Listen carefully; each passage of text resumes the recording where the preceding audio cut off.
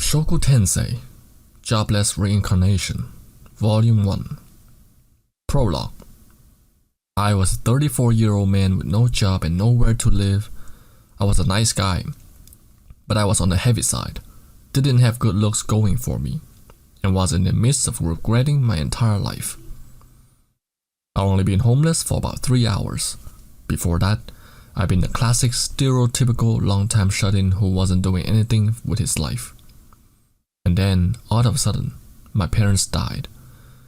Being the shut-in that I was, I obviously didn't attend the funeral, or the family gathering thereafter.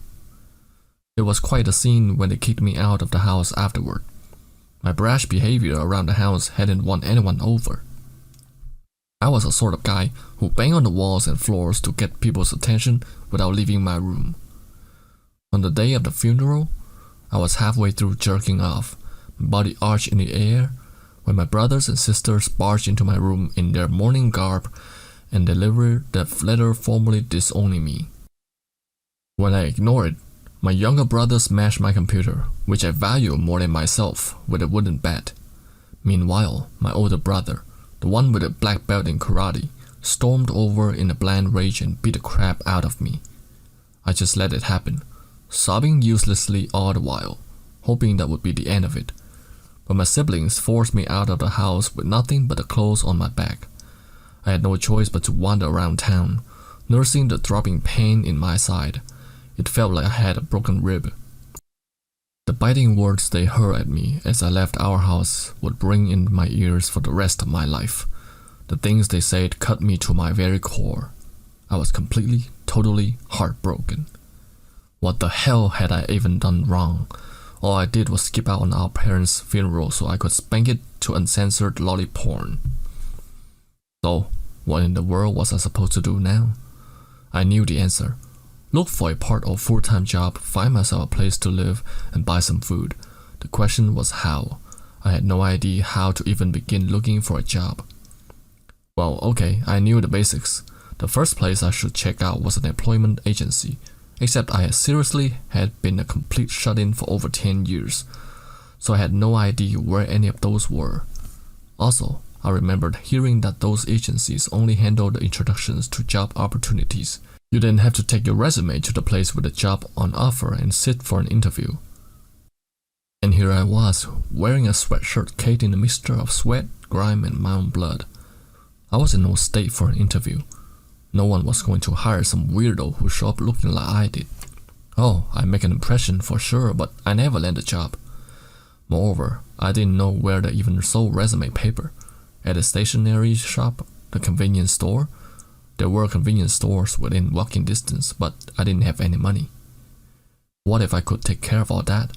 With some luck, I could borrow some money from a loan company or something, buy myself some new clothes, and then purchase some resume paper and something to write with. Then I remember, you can't fill out a resume if you don't have an address or anywhere to live. I was hosed. I finally realized that, despite having come this far, my life was completely ruined. It started to rain. Ugh, I grumbled. Summer was over, bringing with it the autumn chill. My worn-out years-old sweatshirt soaked up the cold rain, mercilessly robbing my body of precious heat. If only I could go back and do it all over again, I murmured, the words slipping unbidden from my mouth. I hadn't always been a garbage excuse for a human being. I was born to a well-off family, the fourth of 5 children, with 2 older brothers, an older sister, and a younger brother. Back in elementary school, everyone always praised me for being smart for my age. I didn't have a knack for academics, but I was good at video games and had an athletic bent. I got along with folks. I was the heart of my class. In junior high, I joined a computer club, pored over magazines, and saved up my allowance to build my very own PC. My family, who didn't know the first thing about computers, barely gave it a second thought. It wasn't until high school, well, the last year of junior high, I suppose, that my life got all messed up. I spent so much time fixated on my computer that I neglected my studies. In hindsight, that was probably what led to everything else. I didn't think I needed to study in order to have a future. I thought it was pointless. As a result, I wound up going to what was widely considered the worst high school in the prefecture, where the lowest of the delinquents went. But even then, I figured I'd be fine. I could do anything I set my mind to, after all. I wasn't in the same league as the rest of these idiots, or so I thought. There was an incident from back then that I still remembered. I was in line to buy lunch from the school store when someone cut in front of me. Being the morally upstanding young man I was, I gave him a piece of my mind, getting all up in his face, striking an awkward, humorless, and self-conscious pose. But as my luck would have it, this guy wasn't just an upperclassman, but one of the real nasty ones, vying to be the school's top dog. He and his buddies pounded my face swollen and puffy, then hung me from the school gate, buck naked, practically crucified for all to see. They took a ton of pictures, which they circulated throughout the school like it was some simple prank. My social standing among my classmates plummeted to rock bottom overnight, leaving me with a nickname Pencil Dick. I stopped going to school for over a month, holding up in my room instead. My father and older brothers saw the state I was in and told me to keep my chin up and not to give up, and other patronizing things like that. I ignored it all. It wasn't my fault. Who could bring themselves to go to school under circumstances like mine? Nobody, that's who. So no matter what anyone said, I remained steadfastly holed up. All of the other kids in my class had seen those pictures and were laughing at me. I was sure of it. I didn't leave the house, but with my computer and my internet connection, I was still able to kill plenty of time. I developed an interest in all sorts of things thanks to the internet. And I did all sorts of things as well. I constructed plastic model kits, tried my hand at painting figurines, and started my own blog. My mother would give me as much money as I could haul out of her, almost like she was supporting me in all this. Despite that, I gave up all these hobbies within a year.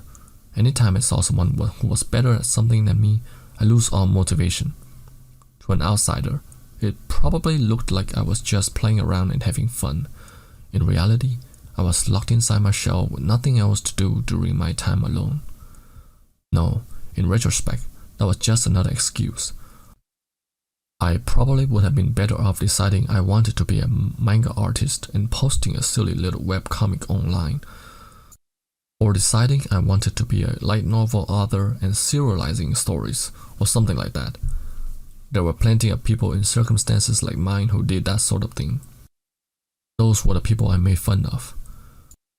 This stuff is crap, I snorted derisively upon viewing their creations, acting like it was my place to be a critic when I hadn't done anything myself. I wanted to go back to school, ideally to grade school, or maybe junior high. Hell, even going back a year or two would be fine. If I had a little more time, I'd be able to do something. I may have half-assed everything I ever done, but I could pick up where I left off. If I really applied myself, I could be a pro at something, even if I didn't wind up the best at it. I sighed. Why hadn't I ever bothered to achieve anything before now? I'd had time. Even if that time was all spent shut in my room in front of the computer, there was plenty I could have done. Again, even if I wasn't the best, I would have accomplished something by being halfway decent and applying myself, like manga or writing. Maybe video games or programming. Whichever the case, with the proper effort, I could have gotten results, and from there, I could have made money and... No, it didn't matter now, I had made an effort. Even if I could go back to the past, I only trip up again, stopped in my tracks by some similar obstacle.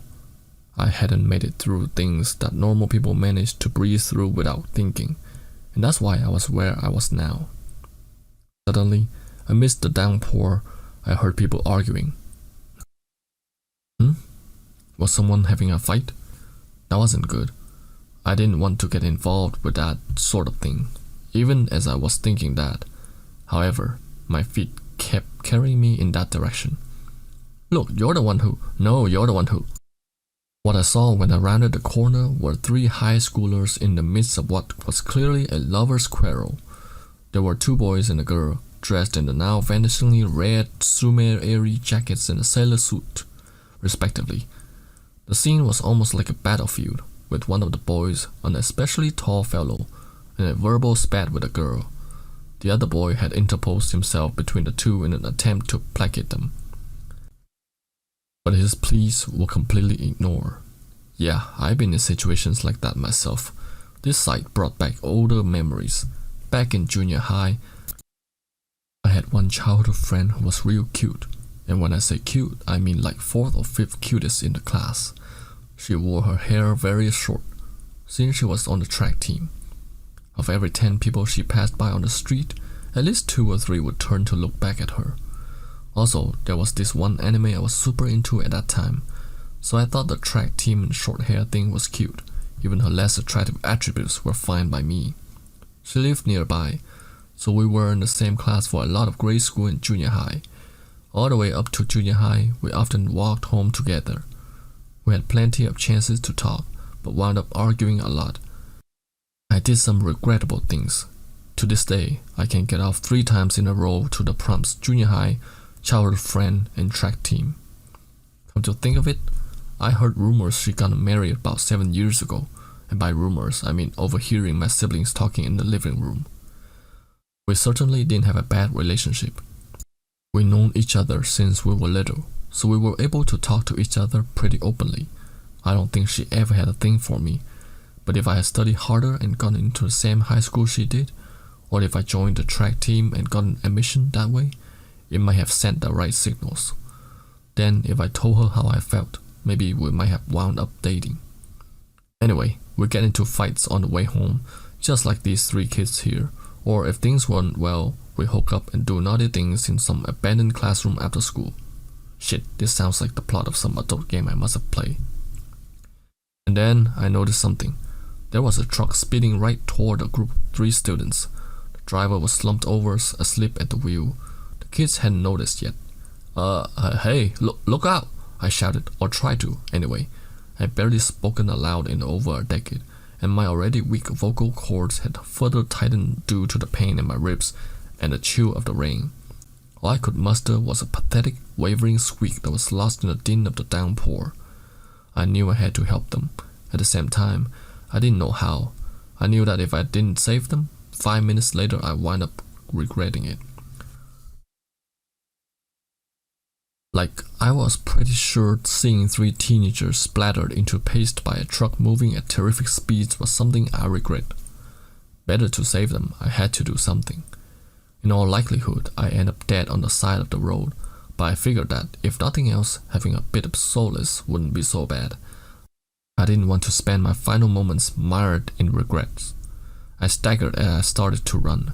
10+ years of barely moving made my legs slow to respond. For the first time in my life, I wished I exercised more. My busted ribs sent a startling jolt of pain through me, threatening to bring me to a halt. For the first time in my life, I also wished I'd gotten more calcium. Even so, I ran. I was capable of running. The boy who'd been yelling noticed the truck approaching and drew the girl close to him. The other boy had looked away and hadn't spotted the truck yet. I grabbed him by the collar and yanked him behind me with all my might, then pushed him out of the vehicle's path. Good, now that left the other 2. At that very instant, I saw the truck right before me. I simply tried to pull the first boy to safety, but instead, I bodily switched places with him, putting me in harm's way. But that was unavoidable, and had nothing to do with the fact that I weighed over 100 kilos. Running at full speed, I simply stumbled a bit too far. The instant before the truck made contact, a light blossomed behind me. Was I about to see my life flash before my eyes, like people said? It only lasted a moment, so I couldn't tell. It was all so fast. Maybe that's what happens when your life is hollow and half-lived. I was struck by a truck more than 50 times my weight and thrown against the concrete wall. The air was forced from my lungs, which were still spasming for oxygen in the wake of running flat out. I couldn't speak, but I wasn't dead. My ample fat must have saved me. Except the truck was still moving. It pinned me against the concrete, crushing me like a tomato. And then I was dead. Chapter 1. Is this another world? When I opened my eyes, the first thing I saw was dazzling light. It grew to encompass my entire field of vision, and I squinted in discomfort. Once my vision adjusted, I became aware of the blonde young lady gazing at me. She was one gorgeous girl. Wait, no, she was definitely a woman. Who is she? I thought. By her side was a young man of roughly the same age, his hair brown, his awkward smile directed at me. He looked strong, proud, and impressively muscled. Brown-haired and stubborn-looking, I ought to have reacted negatively the instant I saw this big oaf. But to my surprise, there was no feeling of ill will. His hair must have been dyed that color. It was a very fetching shade of brown. The woman looked at me with a warm smile and spoke.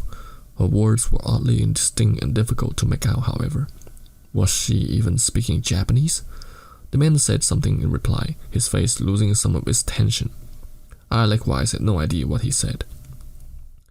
A third unintelligible voice joined the conversation, but I couldn't see who was speaking. I tried getting up to figure out where I was and to ask these people who they were. And let me tell you, I may have been a shut-in, but that didn't mean I didn't know how to talk to people. But somehow, all I could muster was this, nothing but garbled whining and moaning, and I couldn't move my body. I mean, I could sort of move my fingertips and my arms, but I couldn't sit up. The brown-haired man said something else, then suddenly leaned down and picked me up. This was absurd. I weighed over 100 kilos. How could he lift me that easily? Maybe I lost some weight after being stuck in a coma for a few weeks. That was a pretty nasty accident I had been in, after all. There was a good chance I hadn't come out of it with all my limbs. For the rest of the day, I dwelled on a single thought. My life is going to be a living hell. Let's jump ahead a month. Apparently, I'd been reborn. The reality of my situation had finally set in. I was a baby. I was finally able to confirm that after being picked up and having my head cradled so I could see my own body. But why did I still have all of my memories of my prior life? Not that I was complaining exactly, but who would imagine someone being reborn with all their memories, to say nothing of that wild delusion actually being true? The two people I first saw when I came to must have been my parents. If I had to guess, I'd say they were in their early 20s. Clearly younger than I'd been in my past life at any rate. My 34-year-old self would have written them off as kids. I was jealous that they'd gone to make a baby at that age. Early on, I realized that I wasn't in Japan. The language was different, and my parents didn't sport Japanese facial features. They also wore what appeared to be some form of old-timey clothing. I didn't see anything that resembled home appliances. A woman in a maid outfit came by and cleaned with a rag. The furniture, eating utensils, and the like were all crudely fashioned from wood. Wherever this was, it didn't seem like it was a developed nation. We didn't even have electric lighting, only candles and oil lamps. Perhaps my parents were so poor that they couldn't afford to pay the electric bill. But how likely was that, really? Seeing as they had a maid, I figured that they must have money. But maybe the maid was my father's sister or my mother's. That wouldn't be too odd. She at least helped out with the housekeeping, right? I had wished I could go back and do everything over again, but being born to a family that was too poor to pay for utilities wasn't exactly what I had in mind. Another half a year went by. After 6 months of listening to my parents conversing, I had begun to pick up some of the language. My English grades had never been great, but I guess it's true what they say about how sticking solely to your native tongue makes it harder to advance in your studies. Or maybe, given that I had a new body, my brain was better suited to learning this time. I felt like I had an unusual knack for remembering things, perhaps because I was still so young. Around this time, I started learning to crawl as well. Being able to move was a marvelous thing. I'd never been so grateful to have control of my own body. As soon as you take your eyes off him, he slips off somewhere, my mother said. Hey, so long as he's good and healthy, my father replied, watching me as I crawled around. I was worried back when he was born and he never cried. He doesn't cry now either, does he? I wasn't exactly the age to whine because I was hungry. The times I let the wailing out were when I tried, and invariably failed, to stop myself from soiling my pants. Even though I could only crawl, I learned a lot from being able to move around. The first thing I learned was that this was definitely the home of a rich family. The house was a wooden, 2-story structure with over 5 separate rooms, and we had one maid on the staff. At first, I assumed she was my aunt or something, But given her differential attitude toward my mother and father, I doubted she was family. Our house was located in the countryside. Outside the window stretched a peaceful pastoral landscape.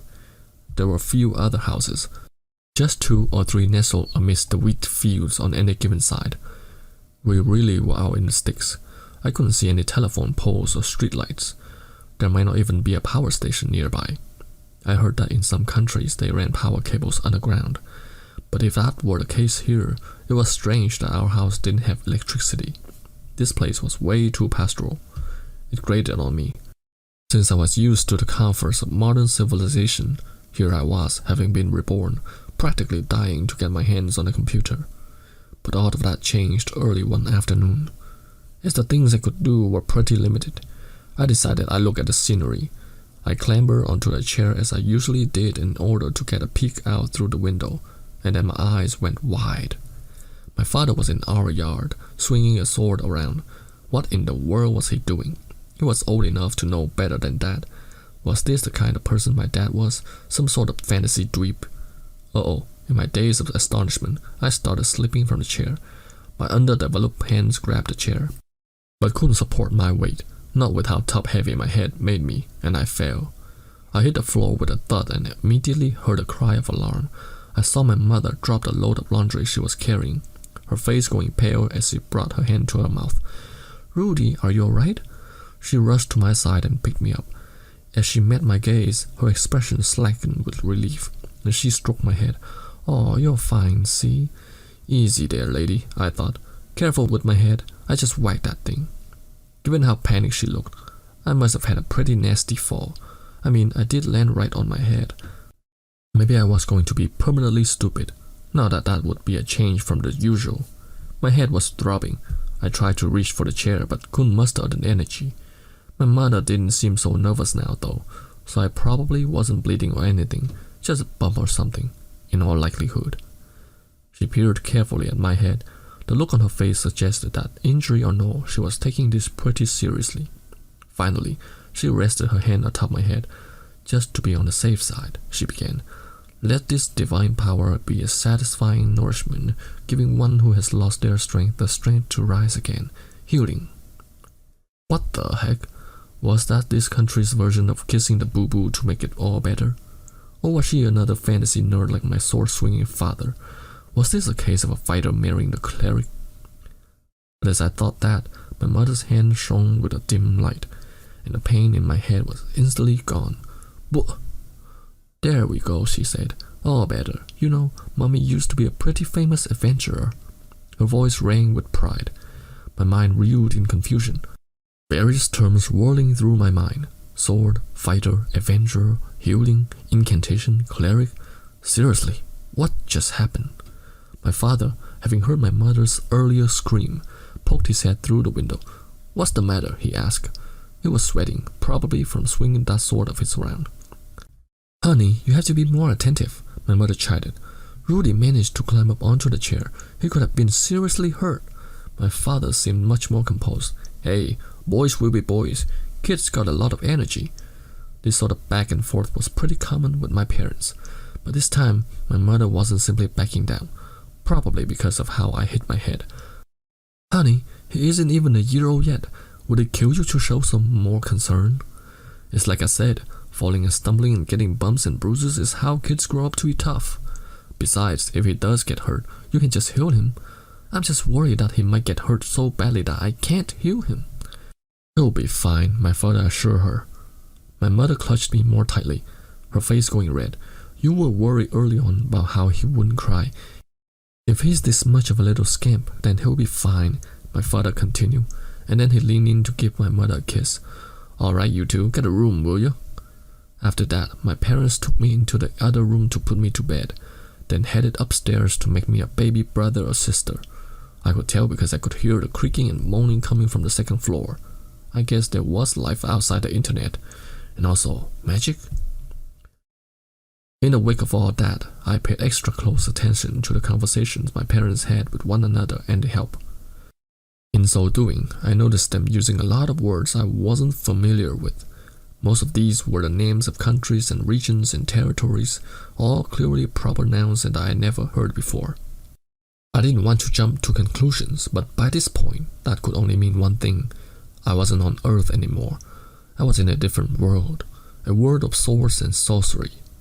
And it occurred to me, if I lived in this world, I could do all those things too. After all, this was a place of high fantasy, one that didn't obey the same rules of common sense as my past life.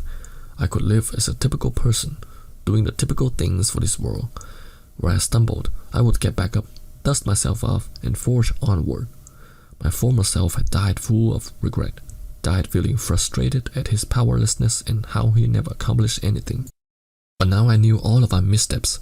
With all the knowledge and experience from my past life, I could finally do it. I could finally live life right. Chapter 2. The Cribbed Out Maid. Lilia used to be a royal handmaiden for the Ashura Palace harem. In addition to her usual duties as a lady-in-waiting, the role also called for her to act as a guardswoman. She'd been expected to take up arms and come to her master's defense should a need arise. She was devoted to her duties and carried out her job as handmaiden without flaw or fail. When it came to her role as a fighter, however, her skill with the sword were merely adequate at best. As a result, Lilia found herself wholly outmatched when an assassin struck at the newborn princess, her opponent's dagger catching her in the leg. The blade had been coated with poison, the sword meant to kill even a member of the royal family, a troublesome toxin that could not be cured by purifying magic. Thanks to the wound being promptly tended to by healing magic, and a doctor's attempts at neutralizing the poison, Lilia had managed to survive, but there were lingering after effects. They didn't pose an impediment to her daily life, but she could no longer run at any real speed. Her gait reduced to a clumsy stagger. Lilia's life as a warrior had come to an end. The palace promptly discharged her from her position. Lilia understood why perfectly well. It only made sense to lose a job when she no longer able to perform. Although this left her unable to pay even her basic living expenses, given her position in the court, she considered herself lucky not to have been executed in secret. And so, Lilia left the capital. The mastermind behind the princess's assassination attempt was still to be found. As someone familiar with the palace harem's inner workings, Lilia was well aware that she was a likely target. Or perhaps, had the palace set her free to lure out whoever was behind this plot? When she'd been brought into the court, she'd been curious why they'd taken on a low-born woman such as herself. Perhaps they wanted to hire a simple maid who could easily be disposed of. Whatever the case, for her own safety, Lilia needed to get as far away from the capital as she could.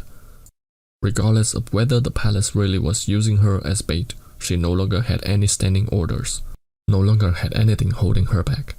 She no longer felt any sense of obligation to her old life. After taking a series of stagecoaches, Lilia arrived at the Fitoa region, a vast agricultural area on the borders of the kingdom. Apart from the citadel of Roa, the city where the local lord resided, the region was little more than a grand expanse of wheat fields. It was here that Lilia decided she looked for work. With her leg impaired, a career as a fighter was now off the table. She could conceivably still teach swordsmanship, but she preferred to find work as an attendant, mainly because it paid much better. Here on the outskirts of the kingdom, there were plenty of people who could wield a blade and teach others how to do the same. There were far fewer people who were fully trained royal maids, capable of overseeing the running of an entire household. Even if the pay was lower than she hoped, money was still money.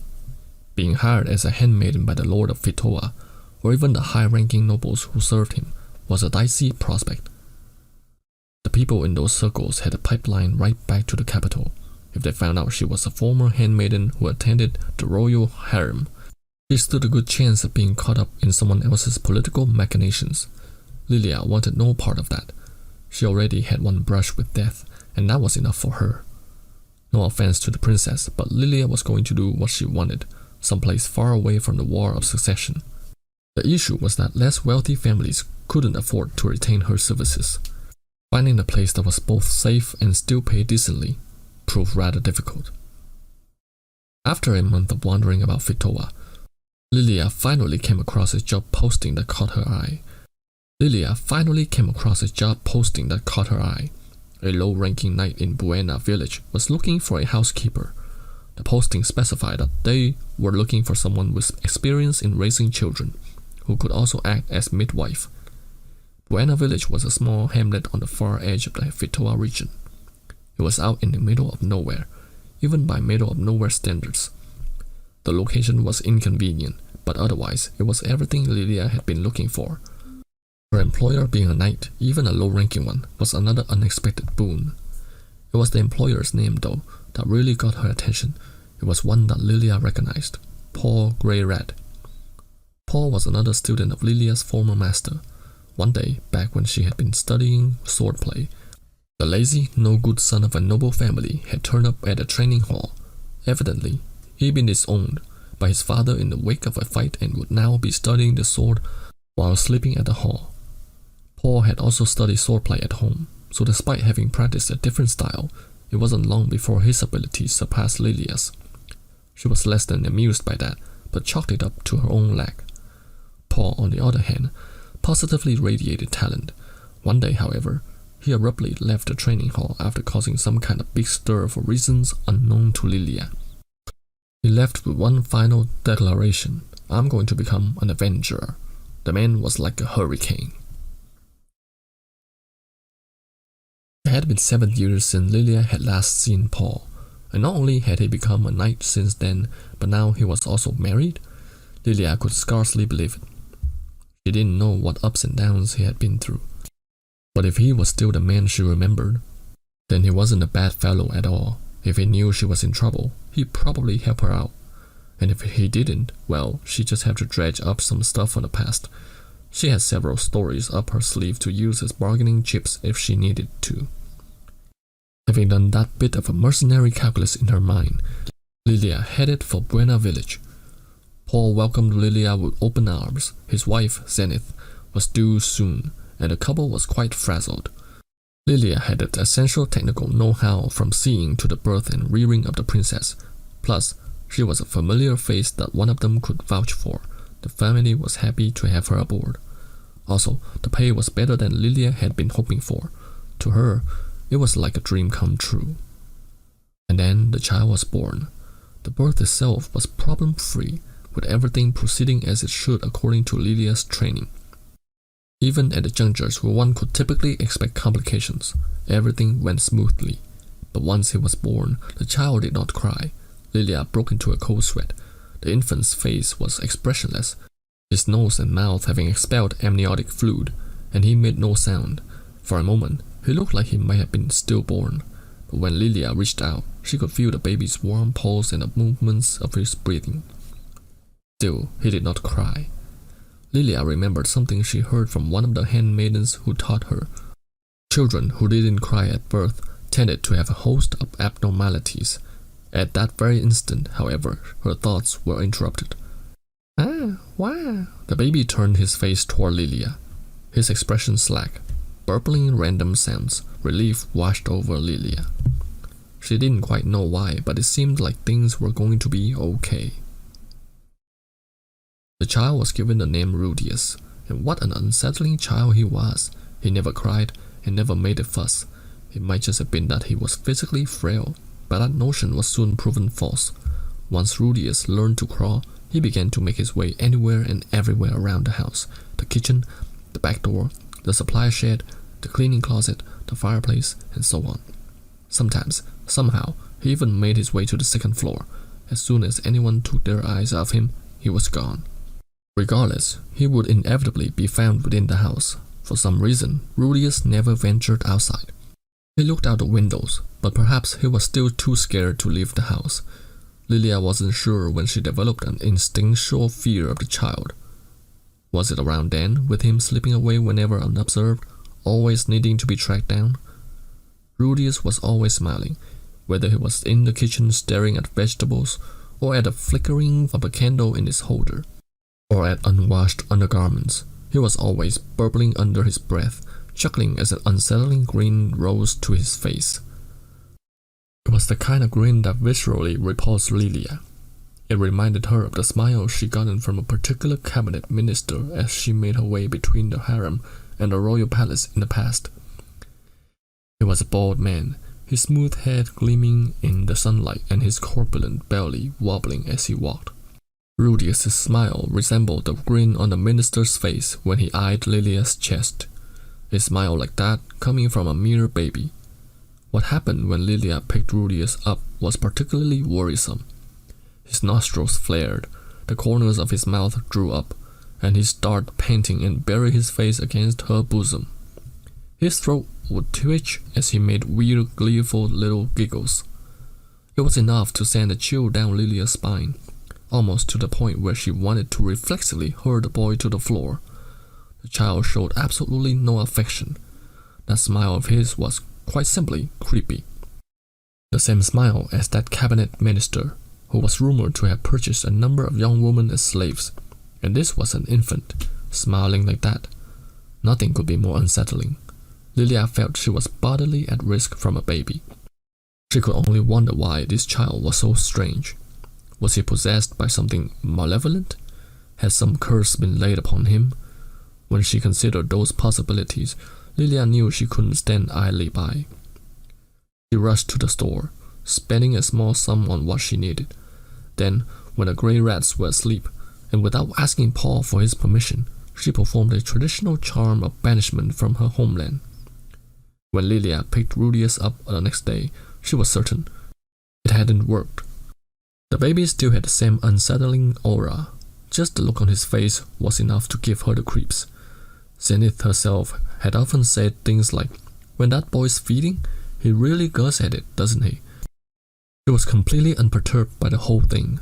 Even Paul, a man of weak principles who was something of a womanizer, didn't give off vibes like his son did. The boy didn't even line up with his own parentage. Lilia had once heard a story in the palace harem. Back when the Asuran prince was still a baby, he crawled all around the harem grounds, night after night. It turned out he was possessed by a demon. Not knowing this, one of the attendants picked him up, and he pulled out a knife he hidden behind his back and killed her by stabbing her in the heart. It was a frightful story, and Rudeus was just like that. Lilia had no doubts. This was another case of demonic possession.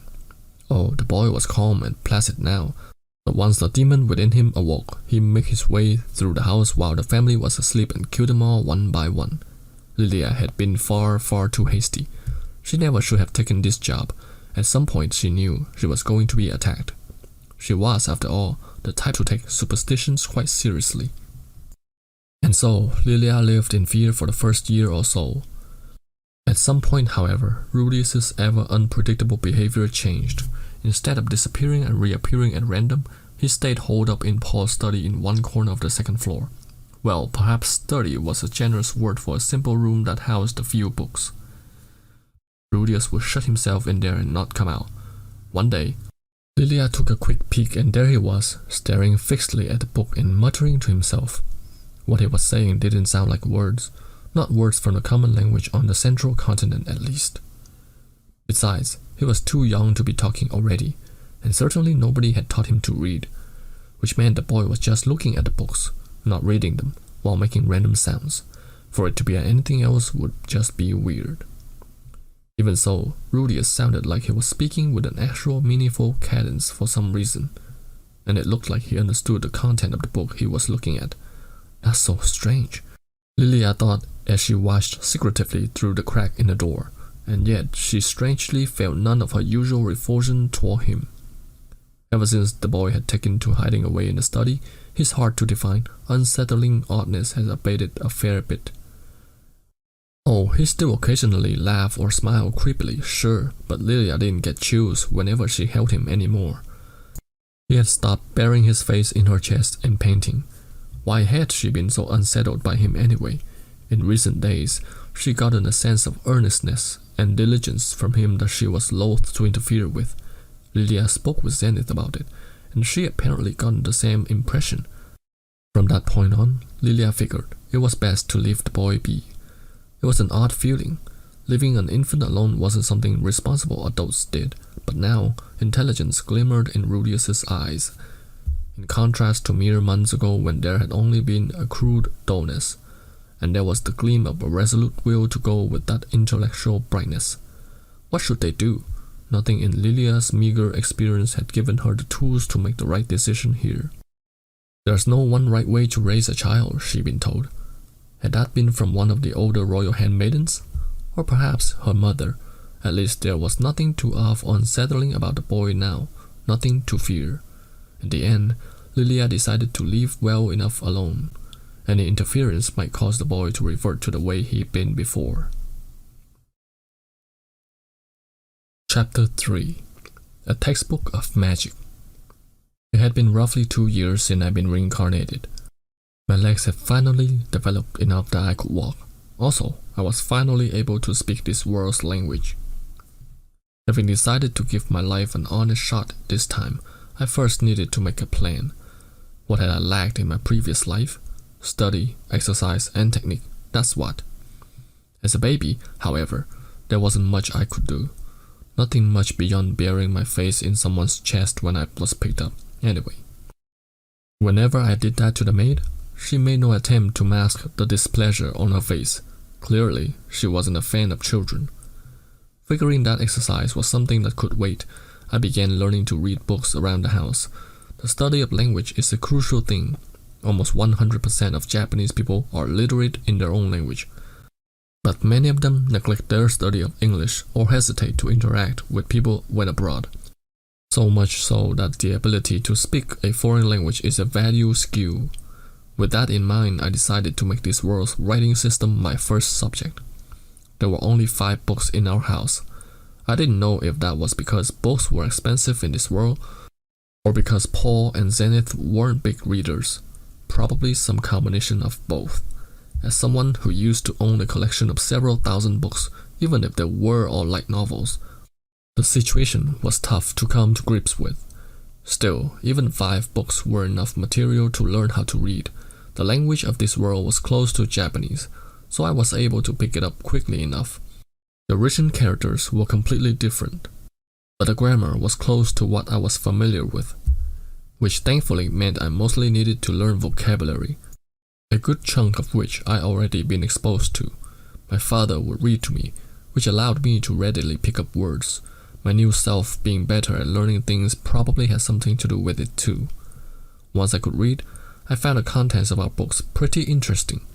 I never had fun studying at any point in my life before, but after some thought, I realized it wasn't that different from hunting down new information about online games, and that wasn't so bad. Anyway, I wonder if my father knew that his infant son understood the things he was reading. I mean, I was cool with it, but I figured a normal kid my age would throw a temper tantrum or something, so that's just what I did. These were the 5 books in our house. Wandering the World, a reference guide to the various countries of the world and their unique characteristics. The Ecology and Weaknesses of Fituan Monsters, which detailed the various monstrous creatures of the Fitoa region, where they lived and how to deal with them. A Textbook of Magic, a wizard's manual of attack spells, ranging from the beginner to advanced levels. The Legend of Perugius, a fairy tale about a summoner named Perugius and his companions, who battle a demon and save the world in a classic good versus evil epic. The Three Swordmen and the Labyrinth, a tale of action and adventure where 3 master swordmen of different styles meet and head into the depths of the titular labyrinth. Those last 2 were essentially fantasy novels, but the other 3 made for good study. It was a textbook of magic that particularly drew my attention. As someone who came from a world without magic, the chance to read actual documentation on it was very relevant to my interests. Reading the book taught me some of the fundamentals. First, magic came in 3 types: attack magic, to do battle against others; healing magic, to treat the wounds of others; and summoning magic, to call things forth. And that was it. There seemed to be lots of other things you could do with magic, but according to the textbook, magic was something birthed and developed in battle, and therefore not used much outside of combat or hunting. Second, you needed magical power in order to use magic, meaning anyone could use magic so long as they had magical power. There were chiefly 2 ways of doing this: using one's innate magical power or drawing on the magical power imbued in an object. Either would suffice. There weren't specific examples, but I got the impression that people who did the former were like their own power generators, whereas the second type had to use batteries. In days of yore, the book said people had largely used the power within their own bodies for magic, but as research on magic progressed, things got more and more complex. Accordingly, expendable sources of magical energy were developed at an explosive rate. People with strong magical reserves had been able to make do, but those who had little power couldn't cast even basic spells, and so the old magical masters developed ways to draw power from things other than themselves and channel that into magic.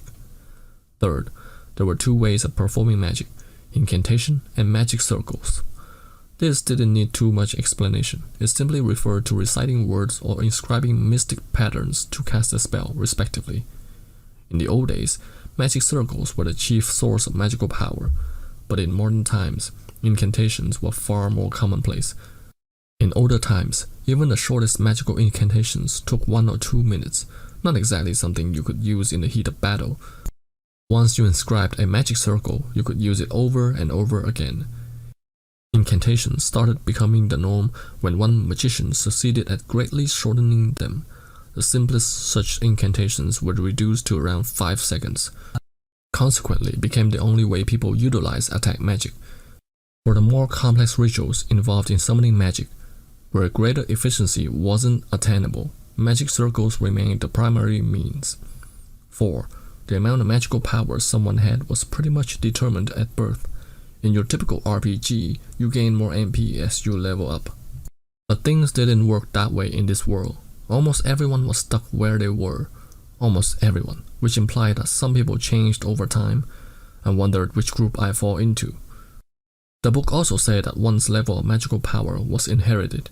I knew my mother was able to use healing magic, so maybe it was alright to have some expectations for myself.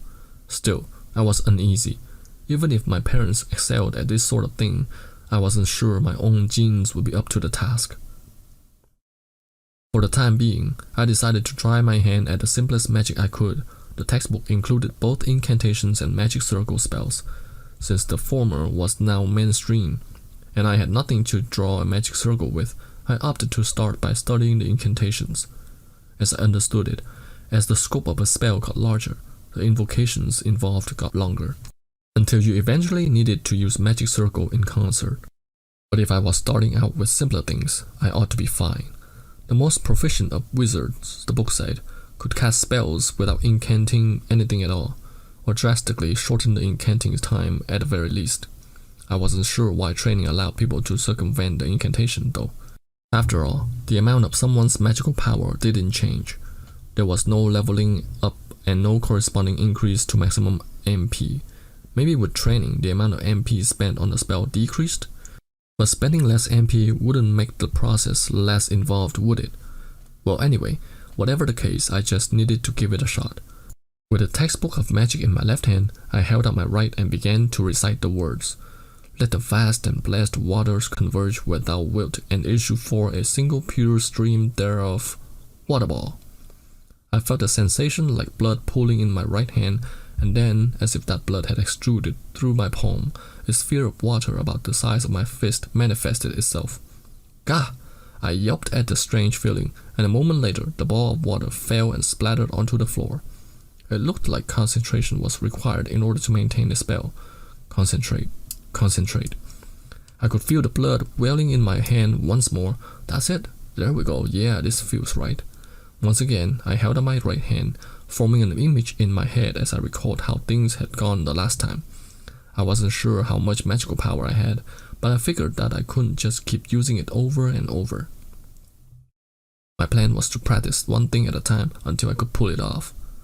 I would form the image in my mind and play it out over and over and try to enact it upon reality.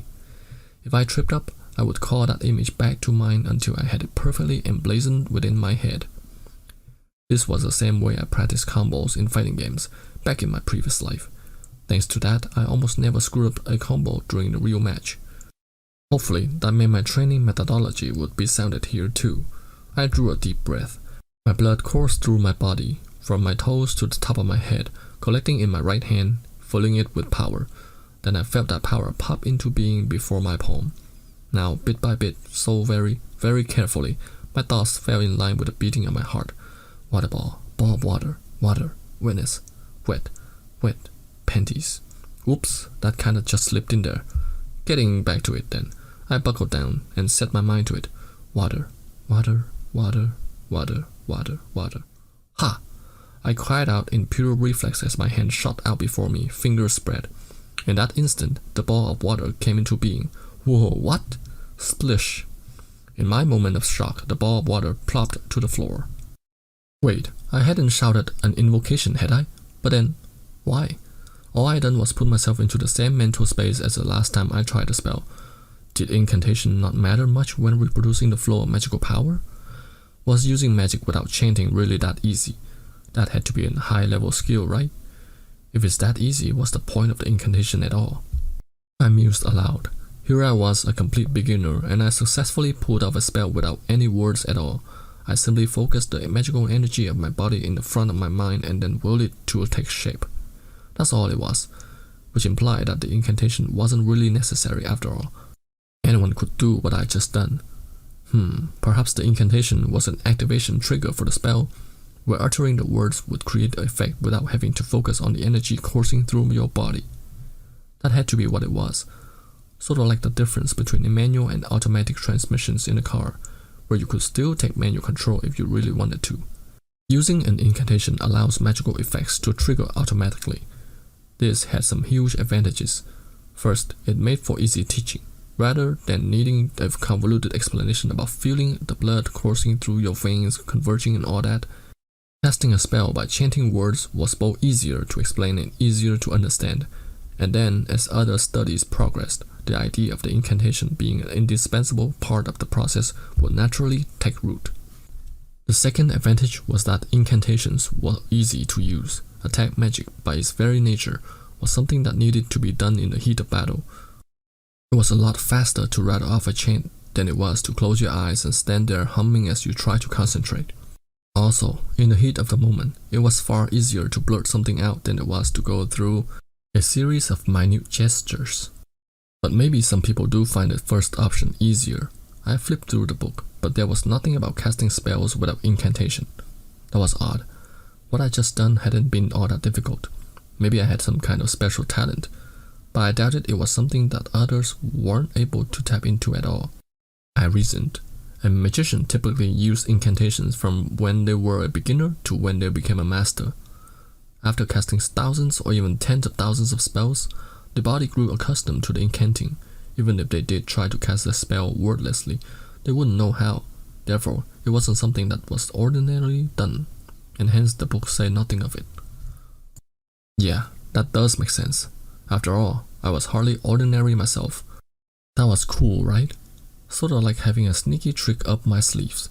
Did she just activate a crime catalyst without an oratorio? But that catalyst usually just supposed to open up the channel. Oh, now I sure was interested. Okay, no getting ahead of myself. I needed to calm down and keep my cool. My past self had gotten all caught up in this feeling too, and we know how he turned out. Someone who puffed himself up because he was better with computers than the average person, then got way too cocky and failed hard at life. I needed to keep a level head, restrain myself.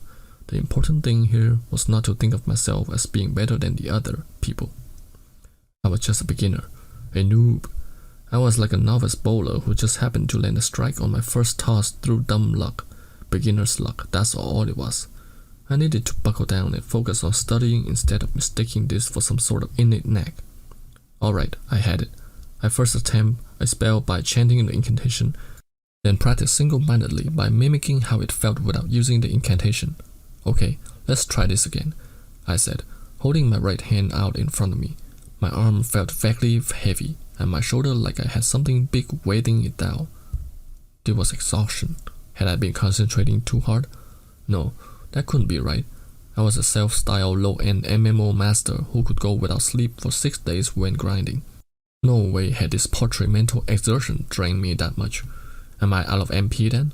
What the heck if someone's magical power was determined at birth? Did that mean I only had enough MP to cast 2 water ball spells? That seemed way too low. Or maybe since this was my first time, I just had less magical power to work with. No, that didn't make sense. I tried once more, just to make sure, and I wound up passing out. "Honestly, Rudy," my mother said, "when you get tired, you need to go to the toilet first and then get to bed." I awoke to find I'd fallen asleep with a book in hand and wet myself in the meantime. Damn it! I couldn't believe I wet myself at my age. That was humiliating. Damn it! How could I? Wait, I was only 2 years old, right? Wetting myself was still forgivable at that age, yeah. So it seems my magical power had been too low after all. That deflated my mood some. Still, even if all I could muster was 2 water balls, what mattered was how I used them, I suppose. Maybe I should concentrate on conjuring them more quickly. The next day, I still felt fine after conjuring my 4th water ball. It was after the 5th that I started to feel tired. What the hell? Given my experience the day before, I knew that casting another would cause me to black out, so I decided to stop. And then it hit me. That put my limit at 6 water balls, twice what I managed yesterday. I stared into the bucket that held 5 spells worth of water and wondered why I'd been able to do twice as much as the day before. Had I been more tired because it was my first time? Had the spells consumed more MP because it was my first time casting them? I cast all my spells today without incantations, so I doubted it had anything to do with that. I had no idea. Perhaps my abilities would grow further the next day. The following day, my water ball count increased significantly. Now I was up to 11. What was the deal? It felt like the more I used the spell, the more I was able to use it. If I was right, I would be able to pull off 21 the next day. The day after that, just to be on the safe side, I only cast 5 before calling it a day. The day after that, though, I managed 26. It looked like I was right. Using the spell more frequently did allow me to cast it more. I had been lied to. What was all that stuff about a person's magical reserves being set at birth? People were just assigning limitations to talent when it didn't have any. How dare adults tell children where their limits were? Guess I can't take what this book says at face value then, I mutter. The stuff written in the book seemed to take the perspective that there were limits on what a person could achieve. Or maybe it was talking about how things worked after training one's skills. Perhaps the book was saying that there was an upper limit on magical power that no further amount of effort and training could get you past. No, it was still too soon to come to that conclusion. For now, that would just be a hypothesis. Maybe it was like, maybe someone's power increased as they grew, or something. And using magic during childhood might rapidly cause that upper limit to increase. Which meant I alone had a special quality that, no, I already said I wouldn't consider myself special. In my former world, they said that exercising while you were growing let your abilities develop more rapidly. Conversely, after you were done growing, improvement only went so far even with intense effort. We might be talking about magic in this world, but the realities of how the human body worked couldn't be that different. The principle was still the same, which meant there was only one thing for me to do: continue honing my skills as best I could while I was still growing up. The next day, I decided that I would continue to push my magic to its limits daily, which increased how much I could use it. As I could recreate the right feeling, casting a spell without an incantation was easy enough. I hoped to master the beginner spells for each branch of magic before long. By beginner spells, I meant the most basic spells that could be used for offense. This included spells like Water Ball and Fireball, as well as other, even more entry-level spells. Spells were broken up into 7 levels of difficulty: Beginner, Intermediate, Advanced, Saint, King, Imperial, and Divine. Typically, magicians with training could use the advanced spells from the discipline of magic they focused on, but could only use beginner or intermediate spells from the other schools. Once someone was able to cast spells of a rank higher than advanced, they were acknowledged as a fire saint or water saint or whatever, depending on their chosen branch. Saint tier magic, I kinda hope to be that good someday. My magic textbook, however, only included fire, water, wind, and earth spells up to the advanced level. Where was I ever going to learn Saint tier magic then? No, I shouldn't dwell on that so much, I decided. In RPG Gunga, if you started out by making all your strongest monsters first, odds are it's just going to be frustrating. You need to start with the low-level stuff like slimes. Although I personally never managed to complete anything in that game, even when I did start with slimes. The beginning level water spells listed in the tomb were as follow: Water ball. Hurls a spherical projectile of water. Water shield. Causes a spout of water to erupt from the ground, forming a wall. Water arrow. Launches a bolt of water roughly 20 centimeters long at a target. Ice smash. Strikes an opponent with a mound of ice. Ice blade. Creates a sword made out of ice. These were all beginner spells, but the amount of magical power they require was very different, taking somewhere roughly between twice and 20 times as much as the basic water ball spell.